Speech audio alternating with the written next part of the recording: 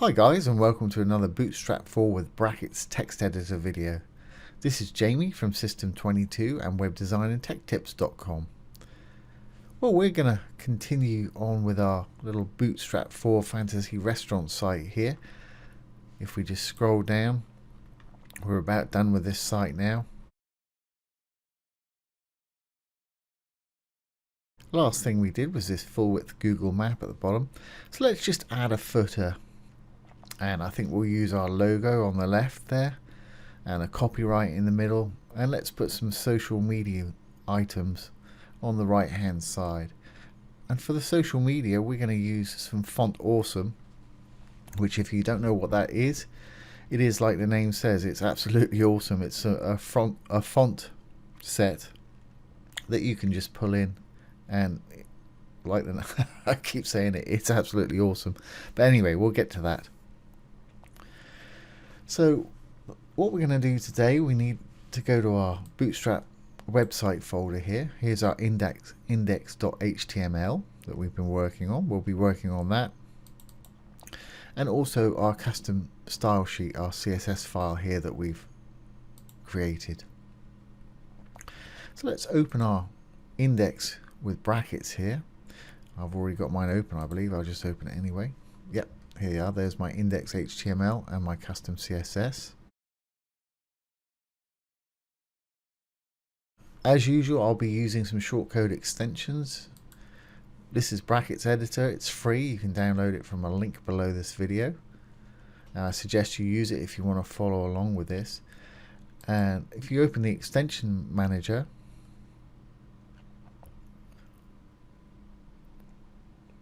I'm going to be using some Bootstrap shortcodes from my installed tab here. Three main ones I use is Bootstrap 4 Snippets extension, Bootstrap 4 Snippets, and the one I think we're using shortcodes for today is RCH Bootstrap. And once you've got it installed, these are all free. If you don't have them, hit the Available tab and just type in Bootstrap. And then you can click on an install button, or you can download a zip file from their website and just drag it there, it'll install it for you. Once installed, just hit the More Info button. That takes you to their GitHub website, where it's got a list of all these fantastic shortcodes you can type into brackets, and it'll create all kinds of great HTML for you, and it's a huge time saver. Like I keep saying, it's a great thing to type these out longhand, but I have to do this all the time, and if I can save time, I like to do so. But if it's your first time doing HTML, you might want to just type these out longhand just so that you learn them. Okay, enough about that. And the other thing we're going to use in this video today is Font Awesome. I'll deal with that in a minute. Let's start putting our footer together. So back to our index.html. Let's get that one out of the way. Let's go down to where we left off last time, which was our Google map, which is right there. And let's start a new little section. I'll give it the ID of footer.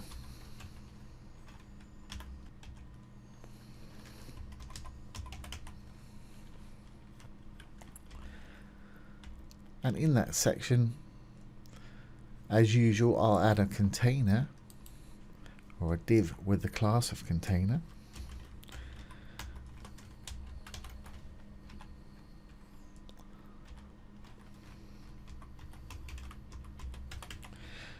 That will contain our actual elements that we want in there. I don't want it full width. The section is going to be full width with a color, and our container will be contained, so it'll be constrained within our usual area there.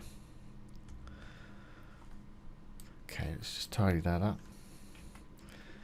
What do I want? I want three sections or three columns. One for the logo, one for the copyright, and one for some social media items. So let's create another div with the class of row.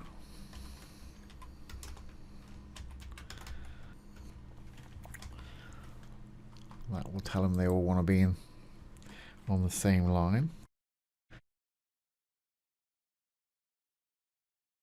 I'm going to delete that. Let's use a shortcode just for demonstration. So I'll do BS4 row. It brings up a list of shortcodes, and I want a row with some columns in it. I'll just align our HTML there. And I want 3 columns on large screens, so that would be 4, column 4, because it's made up of 12 sections. If you want a third of a section, it's going to be 4, because 3 4s are 12. Rumor has it. And on middle-sized screens, I want the same, but on smaller screens, I want each of these to be full width. So on a smartphone, they'll be full width. So let's call that 12. I must do a video on Bootstrap grid sizes to make that a bit clearer for anybody that doesn't quite understand it. So I want 3 of these, so I'm going to copy that. Okay, so we've now got our row that has 3 columns within it. On the first one,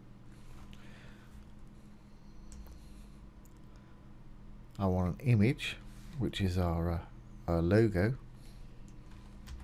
So it's going to be img for image. Source, where the image is coming from, and that's going to be images. And hopefully it's called logo. I haven't looked in there for a while. There it is. I'm guessing that's it. Yep, that looks like it. And alt tag. All images should have an alt tag. Should really explain what it is. I suppose I'll call it styles logo.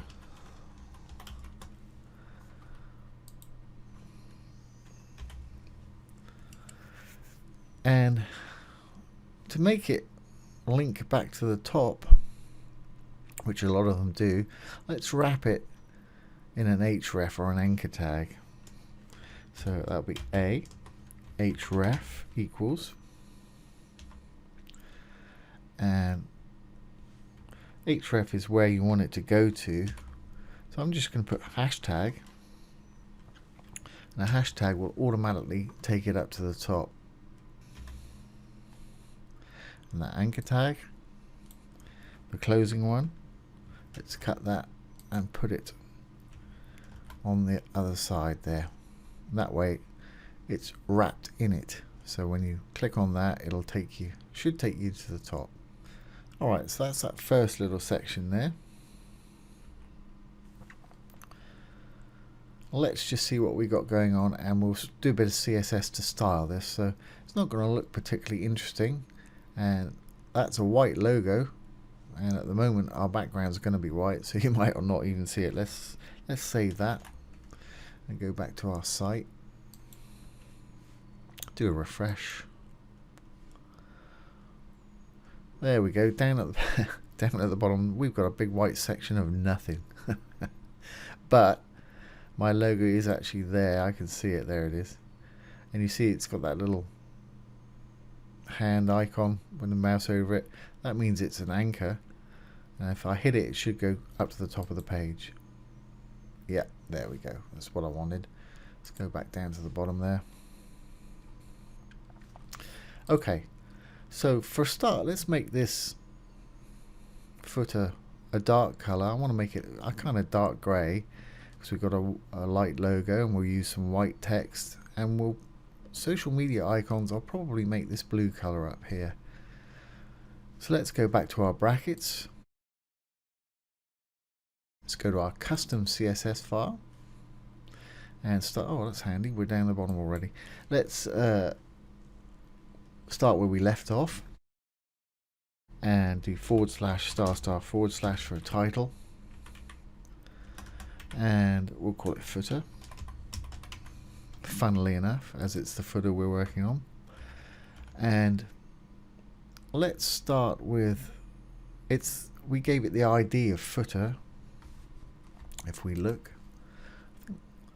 there's the ID of footer. So it's an ID, so we need to use a hashtag to target it. So we want to do hashtag footer.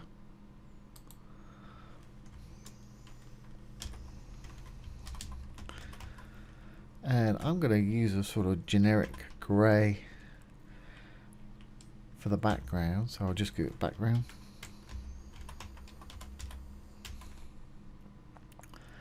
And I'm going to use a generic sort of 555, which should be a dark grey. I might change that if I don't think it's dark enough. If you hover over it, yeah, let's try 333. I want it a little darker than that, I think. That'll probably do it. Let's just save that and take a look. Control S and back to our site. Now when I refresh, there we go. Yeah, I think that'll work actually. Now I just need to give it a bit of padding at the top. I don't want too much padding because I don't want it to be too wide, not that it really matters. So let's give it, say, because that's going to be the widest part. So I'll give it 10 pixels. Let's try 10 pixels. Well, if I just hit the Google Inspector, right click and hit Inspect, roll this up so we can see it.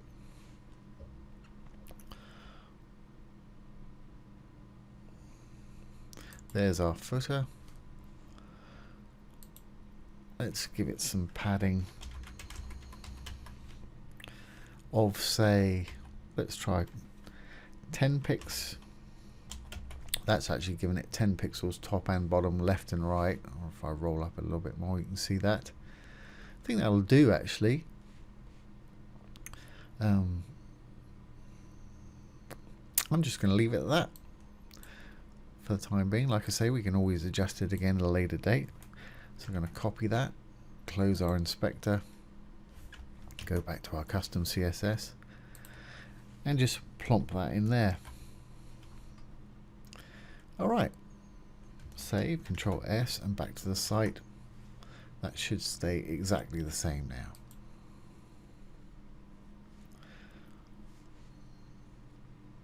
Good. And as I say, it's got that href, that link, which will take us back to the top of the site there. Right, let's do our little middle section here. And all I want to write, go back to our index.html. So there's the first column we were working on. Here's the second column. And probably want to target this with a bit of padding, so I'm going to put a div inside of it. And I'll give it a class so we can target it with some CSS.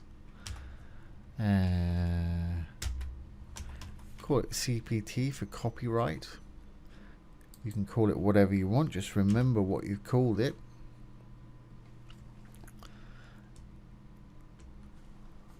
And you want to make sure you don't have two the same, because then if you're doing CSS it will change both of them. Okay, and inside there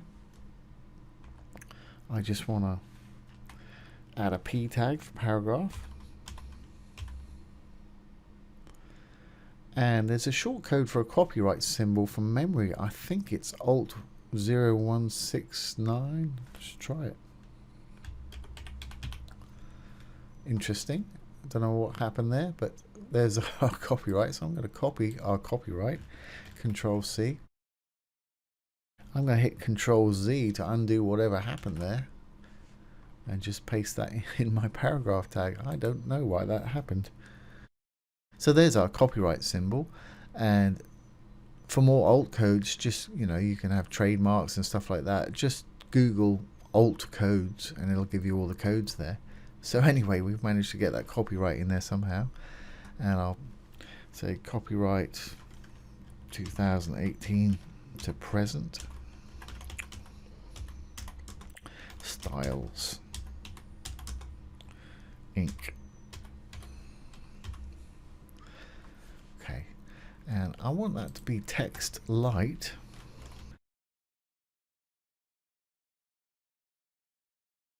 So I want it to be a light color on that background. And I know I'm going to want some padding on the top of it, but we'll deal with that in a minute. And I think I'm going to want it text center as well.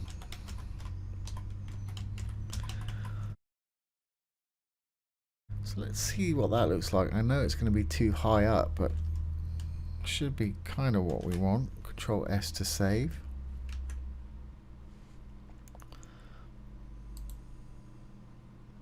Yep, there we have it. And what I want is I want it down kind of in the middle there. So let's just right click on it to inspect it. So there we are, we've got our element. Let's give it some padding at the top. We could use one of those nice new Bootstrap 4 classes of P1 through 5, but let's do it this way so we can see exactly what we're doing. 25 pixels, there we go. Oh, good grief, that's about bang on. Maybe just a little bit more. So if I highlight the number there and roll my little mouse wheel, yeah, I kind of do it by eye. I think that'll do it. 29. That's fine. Let's just copy this and add that to our custom CSS. Control C. Let's close out that inspector. Yeah, I think that'll do. And go back to our brackets text editor. This time go to our custom CSS. What do we want to target? We want to target the class of CPT and P. In fact, we can just target this and give it some padding at the top, I should think.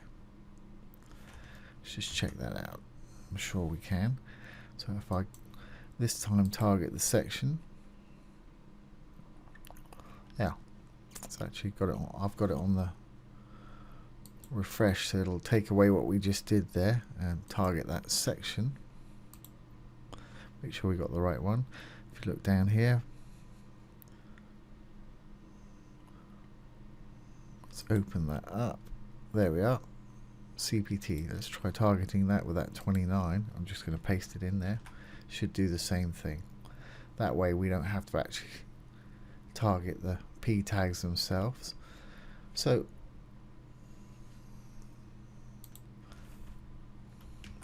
back to our CSS.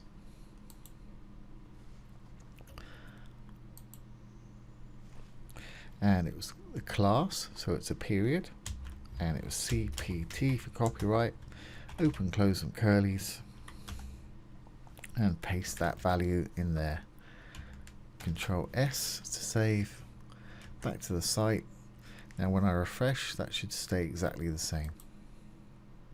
There we go. I'm going to add some social media icons here using Font Awesome, but I'm actually going to save that for the next video because this has run on long enough. My videos tend to get longer and longer. I'm trying to keep them a bit shorter to retain attention.